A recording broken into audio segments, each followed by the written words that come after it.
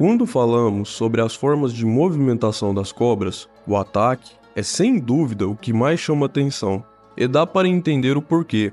O movimento é impressionante e a velocidade com que acontece ainda é mais incrível. Uma cobra possui entre 10 e 15 mil músculos, todos prontos para se ativarem em um só impulso, arremessando a cabeça para frente e com uma precisão assustadora.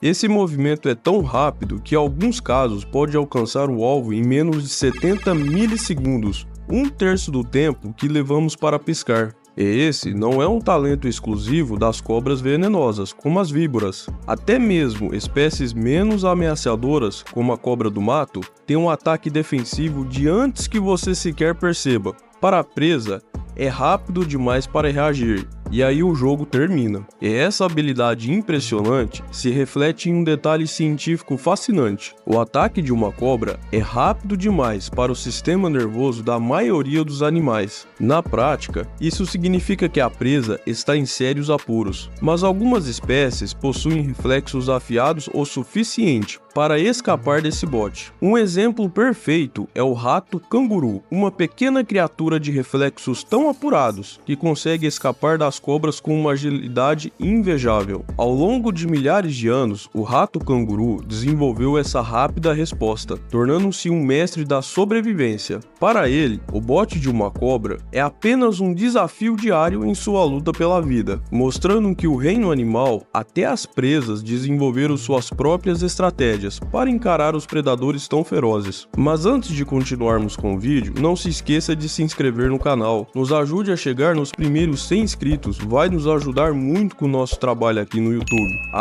E não se esqueça do like e de comentar bastante, e de ligar as notificações. Bom, voltando para o assunto do vídeo, para o rato canguru, o ataque de uma cascavel é apenas mais um obstáculo em sua rotina de sobrevivência. Com reflexos que operam em milissegundos, ele ganha vantagem sobre a cobra, quase como um goleiro que se posiciona para defender um pênalti. A cascavel, por sua vez, ao iniciar seu bote, compromete-se totalmente com a trajetória, sem chance de desviar no meio do caminho. E esse detalhe é crucial. Se ela errar, e sim, isso acontece com frequência, o resultado é um bote no vazio, como se estivesse dando um soco no ar. É quase irônico para um predador tão temido. É como se a própria natureza estivesse testando a paciência dela. Mas o que torna esse movimento interessante é que, apesar de ser rápido e preciso, o bote é uma das formas mais diretas de locomoção da cobra, uma espécie de soco com o próprio rosto. O que realmente impressiona é que mesmo sem membros, as cobras conseguem se mover com uma incrível eficiência. Elas deslizam entre as árvores, atravessam dunas de areias com rapidez, caçam peixes nas margens de rios e algumas espécies até conseguem voar de árvore em árvore. Esse movimento sem pernas é uma obra-prima da adaptação evolutiva. Os ancestrais das cobras eram os lagartos, que por razões ainda debatidas, começaram a evoluir corpos alongados. Uma hipótese é que essa transformação se deu para facilitar a caça em buracos e frestas, mas, de qualquer forma, esses antigos répteis mantiveram os membros durante parte desse processo evolutivo ou adaptativo. É quase como se eles tivessem pausado no momento certo daquela famosa música cabeça, ombros, joelhos e pés, antes de decidir deixar os braços e pernas para trás, em prol de uma anatomia única. Locomoção retal. Esses membros desapareceram por completo, mas se houvesse alguma desvantagem nisso, ninguém avisou as cobras, pois elas tinham descoberto como se locomover de maneira incrível.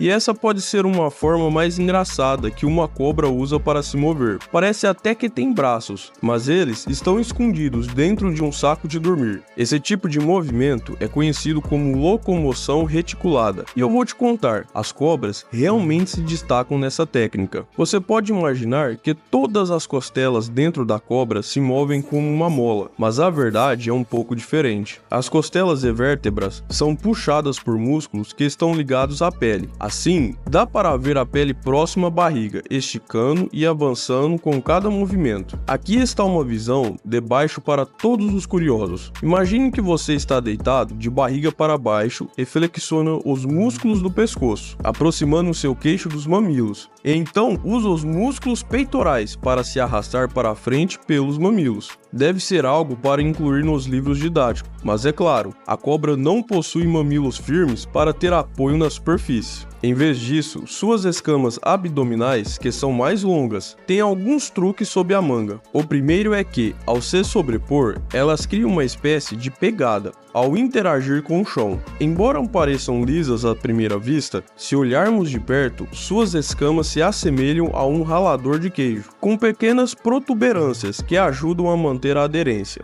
O formato e a direção das escamas permitem que o movimento para a frente seja suave e eficiente. Mas se a cobra tenta empurrar para trás ou para os lados, o atrito aumenta significativamente. Isso se torna extremamente importante na forma como as cobras se movem em seus ambientes naturais. Essa adaptação não só facilita a locomoção, mas também as torna predadores astutos em busca de suas presas. Ondulação lateral. Movimento ondulatório lateral. E eu vou te dizer, as cobras realmente dominam esse movimento. E se você está pensando que não pode se usar a mesma piada com palavras diferentes, fica a dica para deixar a criatividade fluir. Mas voltando ao assunto, o movimento ondulatório lateral é aquele em que as cobras fazem uma curva atrás da outra, criando um padrão contínuo que quase parece mágico. O corpo da cobra se desloca suavemente ao longo de um caminho fixo, como se estivesse seguindo um trilho de trem de brinquedo. Para entender melhor o que está acontecendo, vamos dar uma olhada mais de perto. Aqui podemos observar uma cobra na natureza, que apesar de estar bastante desnutrida,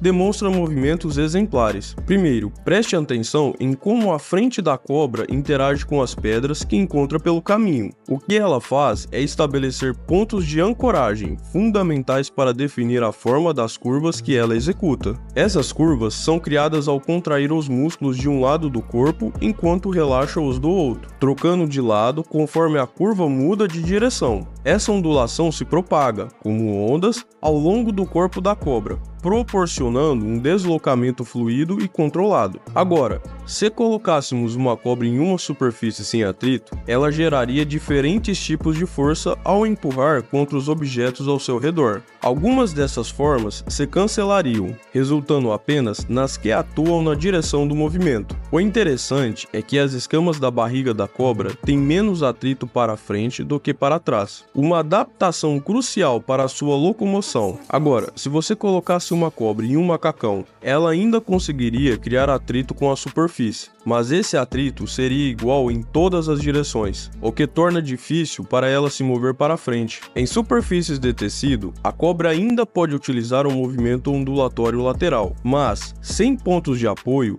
depende do atrito da barriga e acaba escorregando um pouco. Algumas cobras, astutas como são, levantam parte do seu corpo, redistribuindo o peso para aumentar o impulso nos pontos de contato. Essa técnica de levantar partes do corpo é fundamental para um tipo de locomoção usada na areia. Se elas usarem um movimento ondulatório lateral tradicional, enfrentarão um desafio significativo, como subir uma duna de areia, onde, para cada passo dado, acabam retrocedendo meio passo. No entanto, se apenas ajustarem sua técnica e utilizarem suas adaptações corporais, podem superar esses obstáculos com maestria e continuar sua jornada em busca de alimento ou abrigo. Enrolamento lateral. Movimentos? Veja só esses. As ondas em formatos de S. Na locomoção lateral, lembram muito o que já vimos, mas a maneira como essas ondas geram movimento é bem diferente. No movimento ondulatório lateral, cada parte da cobra está em constante movimento em relação ao solo. Isso significa que até as partes que estão em contato com a superfície também estão se movendo como se estivessem patinando no gelo. Por outro lado, no movimento de sidewinding,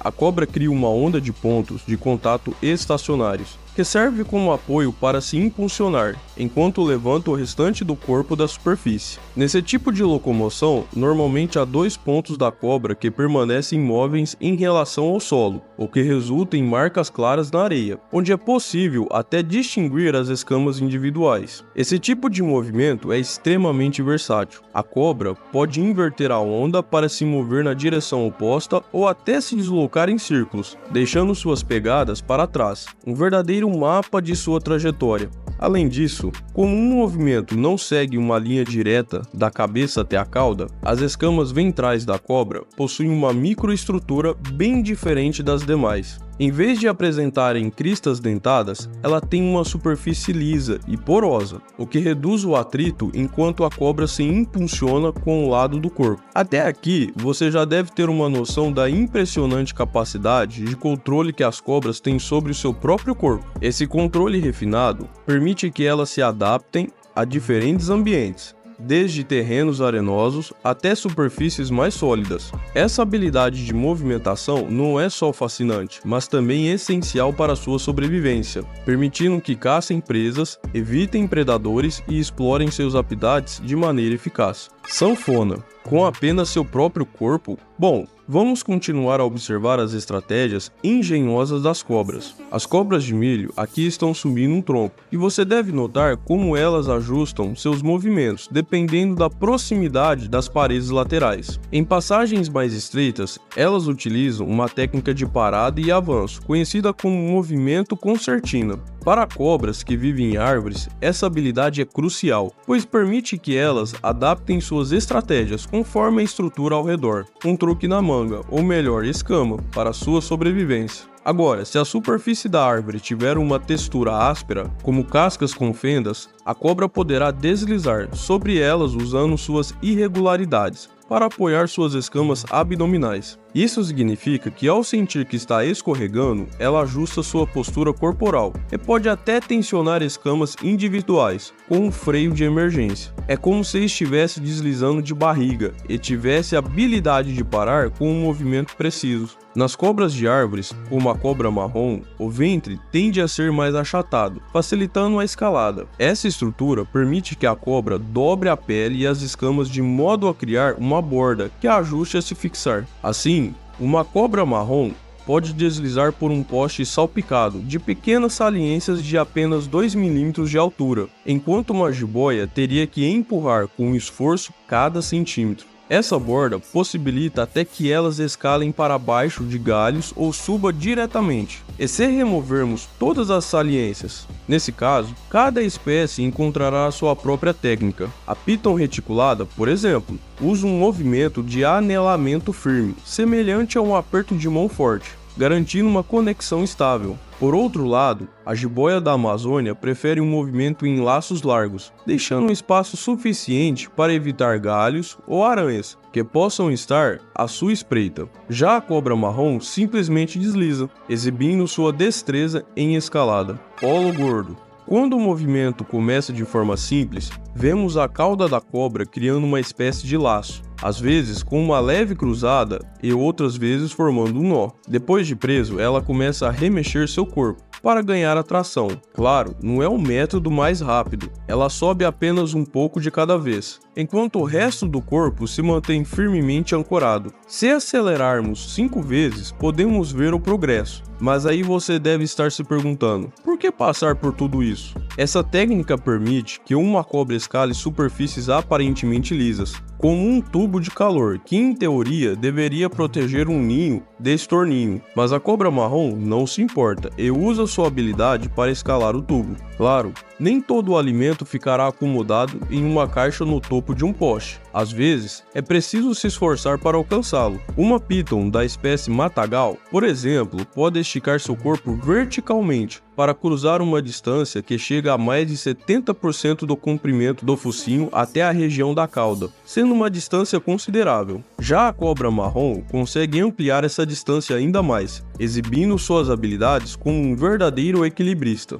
Conforme a distância entre os pontos de apoio se torna mais horizontal, o corpo da cobra passa a sofrer mais torque, e a tarefa se torna mais desafiadora. Quando a distância lateral é muito longa, às vezes o peso é excessivo, e se arriscando, ela dá aquele salto, para ver se consegue agarrar o próprio ponto. Algumas espécies cruzam lacunas horizontais, mas em distâncias menores do que nas verticais. A habilidade de equilibrar o corpo enquanto se estica é fundamental para manter a estabilidade. E como sempre, algumas espécies levam isso a outro nível. As cobras desse gênero, que está aparecendo aqui na legenda, conseguem saltar de árvore em árvore, mas também fazem isso de uma maneira que transforma a queda em um plano de voo. Ao se projetarem para fora de um galho, elas arqueiam o corpo, expandem as costelas, criando uma superfície maior, que permite um controle impressionante na descida. Essa capacidade não é só fascinante de se observar, mas também destaca o quão versáteis e adaptáveis essas criaturas podem ser em seus habitats naturais. E uma vez que essas cobras descobrem que podem fazer algo desse tipo, claro que elas vão aproveitar. Essas cobras são conhecidas como cobras voadoras, ou para ser mais preciso, cobras planadoras, pois o termo cobras caindo não capta a essência de suas habilidades, você não concorda? O que realmente acontece é que elas se lançam de um salto que proporciona uma velocidade horizontal impressionante. Enquanto descem, seus corpos se espalham, permitindo que as costelas se expandem e formando uma seção transversal semelhante a uma asa. Assim que a cobra começa sua descida, ela assume uma forma em S e inicia um movimento ondulatório, que serve para estabilizá-la no ar. Esses movimentos transformam a cobra em uma espécie de asa flexível, permitindo que o ar flua ao seu redor em um ângulo que gera sustentação, suavizando consideravelmente o ângulo de descida. Embora não possua um sistema de pouso, as aterrissagens podem não ser muito boas. Contudo, devido ao seu peso leve, elas conseguem suportar a queda e se recuperar rapidamente. Essa capacidade de planar não é apenas uma forma de se locomover entre as árvores, mas também oferecer vantagens estratégicas, como escapar de predadores e surpreender suas presas. Agora, você deve estar pensando, e como elas se movem na água? Bom, essa questão sem dúvida merece um episódio à parte. O modo como as cobras se locomovem em ambientes aquáticos é igualmente fascinante e cheio de adaptações únicas, revelando mais uma camada da impressionante diversidade de habilidade desses répteis que têm a oferecer para nós e a natureza. Obrigado por assistir o vídeo até aqui. Caso tenha gostado, não deixe de se inscrever no canal, deixar o seu like e comentar muito. Até a próxima!